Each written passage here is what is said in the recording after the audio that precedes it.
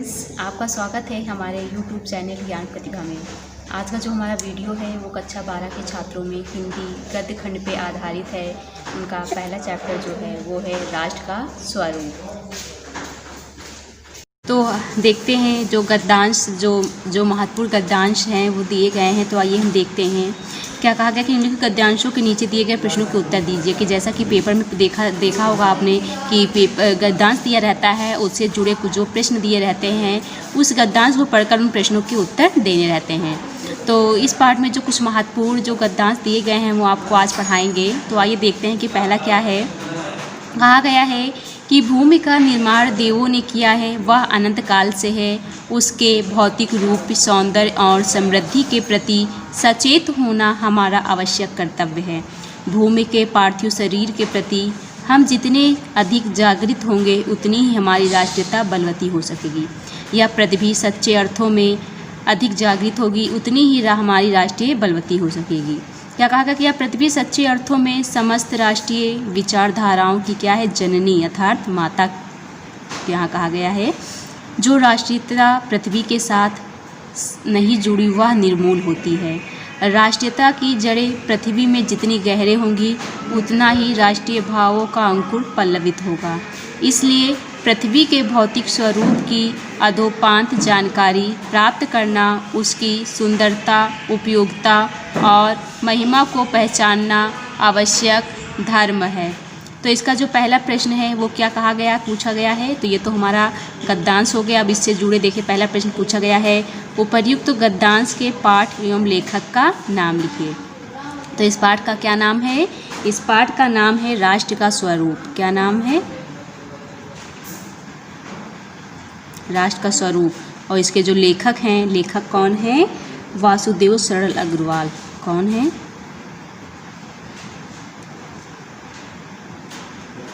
देव सरल अग्रवाल। तो आप जो है इसको संदर्भ के रूप में लिख सकते हैं कि प्रस्तुत गद्यांश जो है राष्ट्र का स्वरूप जो है पाठ से लिया गया है। क्या है? प्रस्तुत गद्यांश हमारी पाठ्य पुस्तक हिंदी गद्य खंड में संकलित राष्ट्र का स्वरूप नामक पाठ से लिया गया है। और इसके लेखक कौन है? वासुदेव सरल अग्रवाल जी हैं। फिर अगला कहा गया है रेखांकित अंश की व्याख्या कीजिए। तो देखिए रेखांकित अंश का मतलब जिसके नीचे ये लाइन खींची हुई है।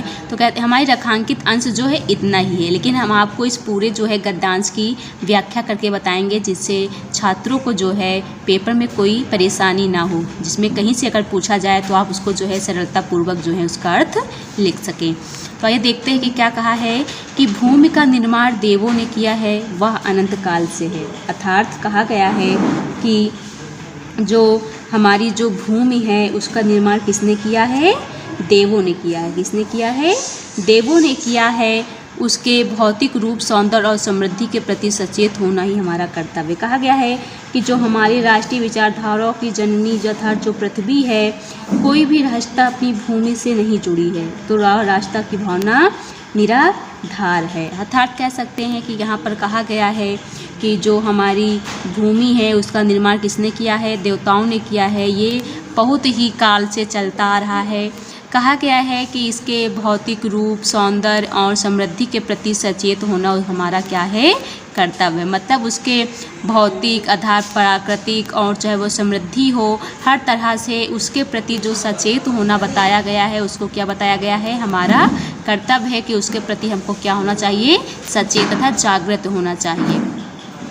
भूमि के पार्थिव स्वरूप के प्रति हम जितने अधिक जागृत होंगे उतनी ही हमारी राष्ट्रीयता क्या होगी? बलवती होगी। क्या कहा गया? हमारी राष्ट्रीयता क्या होगी? उतनी ही क्या होगी? बलवती होगी। यहाँ पर कहा गया है कि जो भूमि का जो पार्थिव शरीर है, अगर हम उसके प्रति जितने ही जागृत होंगे, जितने ही क्या होंगे, उसके स्वरूप को देखने के प्रति कहा है कि क्या कहा कि जितना उस स्वरूप के प्रति हम जागृत होंगे, मतलब चेतनावान होंगे, उतना ही जो हमारे राष्ट्र का जो स्वरूप है वो क्या होगा? बलवान होगा अर्थात ताकतवर होगा। फिर कहा गया है कि यह पृथ्वी सच्चे अर्थों में समस्त राष्ट्रीय विचारधाराओं की जननी अर्थात यहाँ पर माता से लिया गया है, जननी है। मतलब कहा गया है कि जो हमारी समस्त राष्ट्रीय विचारधाराओं की जननी वस्तुतः यह जो पृथ्वी है वह क्या है? पृथ्वी है।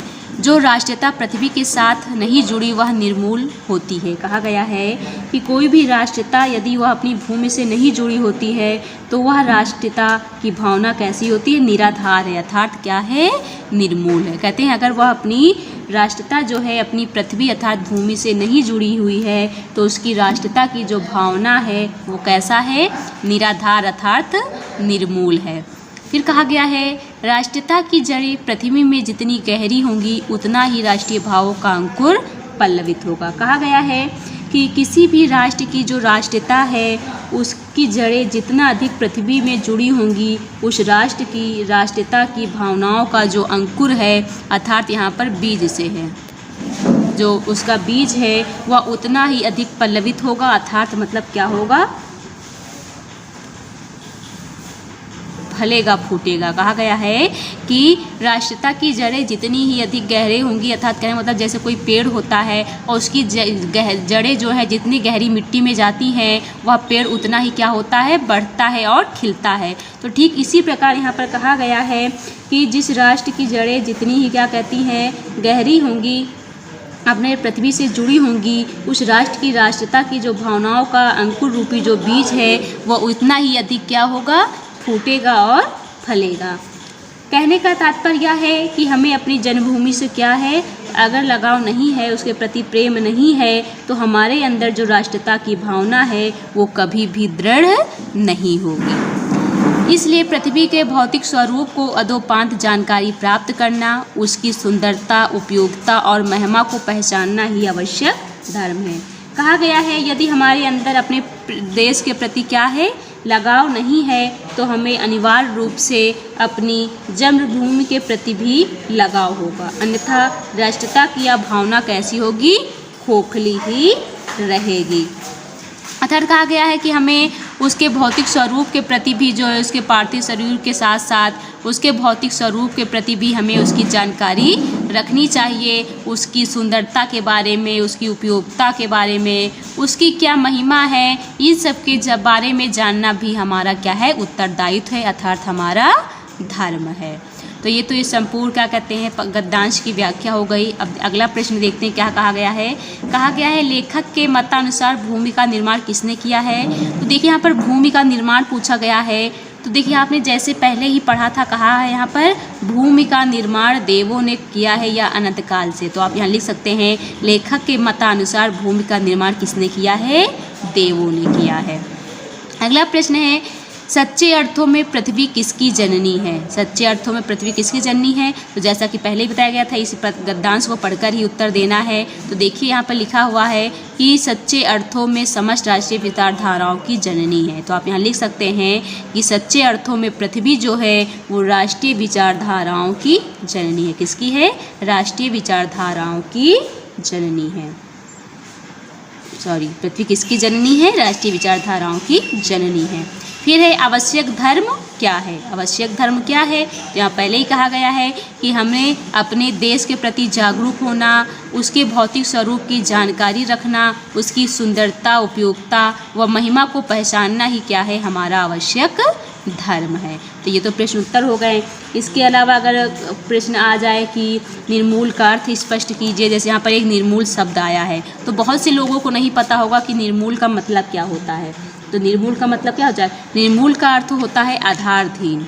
क्या होता है, आधारहीन। तो कहा गया है लेखक के अनुसार हमारी समस्त राष्ट्रीय विचारधाराओं की जननी वस्तुतः पृथ्वी जो है धरती है। कोई भी राष्ट्रीयता यदि हमारी धरती से नहीं जुड़ी होगी तो हमारी जो है राष्ट्रीय भावना को क्या माना जाएगा, निर्मूल माना जाएगा, अर्थात जो है आधारहीन अर्थात निराधार। तो ये निर्मूल का अर्थ मतलब क्या हो जाएगा, आधारहीन हो जाएगा। तो इस गद्यांश में इतने प्रश्न पूछे गए थे। अब देखते हैं हम इसके आगे अगला जो हमारे महत्वपूर्ण जो गद्यांश है वो हम देखते हैं। उसके आगे जो अगला जो हमारा महत्वपूर्ण है गद्यांश वो देखते हैं कि इसमें क्या कहा गया है। तो पहले हम ये इस गद्यांश को पढ़ लेते हैं। क्या कहा गया है इसमें, कहा गया है कि पृथ्वी और आकाश के अंतराल में जो कुछ सामग्री भरी है, पृथ्वी के चारों ओर फैले हुए गंभीर सागर में जो जलचर एवं रत्नों की राशियां हैं, उन सब के प्रति चेतना और स्वागत के नए भाव राष्ट्र में क्या करने चाहिए? फैलने चाहिए। राष्ट्र के नवयुवकों के हृदय में उन सब के प्रति जिज्ञासा की नई किरणें जब तक नहीं फूटती, तब तक हम सोए हुए के समान है, अर्थात बराबर हैं। तो ये तो हमारा गद्यांश हो गया। इससे जुड़े देखिए प्रश्न दिए गए हैं। जैसा कि पहला प्रश्न है हमारा, इस गद्यांश के पाठ एवं लेखक का नाम लिखिए। रेखांकित अंश की व्याख्या था, जिसके नीचे लाइन खींची हुई है, इस लाइन की हमें क्या करनी है? अंश की व्याख्या करनी है। इसके अलावा जो हमारा क्वेश्चन वो दिया गया है कि पृथ्वी के चारों ओर क्या फैला है, उसमें क्या क्या मिलता है, या नौकों के हृदय में उनके प्रति क्या क्या भाव होने चाहिए, हमारे युवक कब तक सोए हुए से, ये हमारे इससे जुड़े हुए कुछ प्रश्न दिए गए हैं। तो आइए देखते हैं इन प्रश्नों के उत्तर। तो सबसे पहला है कि इस गद्यांश के पाठ एवं लेखक का नाम लिखिए। तो इस गद्यांश के पाठ का क्या नाम है? राष्ट्र का स्वरूप। और लेखक का नाम है, लेखक का क्या नाम है? अभी हमने पहले भी बताया है कि लेखक का नाम है डॉक्टर वासुदेव शरण अग्रवाल। तो आप ऐसे भी लिख सकते हैं कि प्रस्तुत गद्यांश विदित साहित्यकार डॉक्टर वासुदेव अग्रवाल द्वारा लिखित राष्ट्र का स्वरूप नामक निबंध से उत्तरित है। किससे है? राष्ट्र का स्वरूप नामक जो कि एक क्या है? निबंध है, उससे लिया गया है।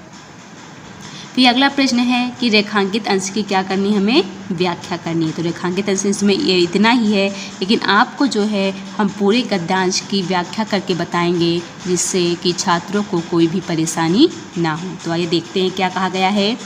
पृथ्वी और आकाश के अंतराल में जो कुछ सामग्री भरी है, पृथ्वी के चारों ओर फैले हुए गंभीर सागर में जो जल की राशियाँ हैं, उन सब के प्रति चेतना और स्वागत के नए भाव राष्ट्र में फैलने चाहिए।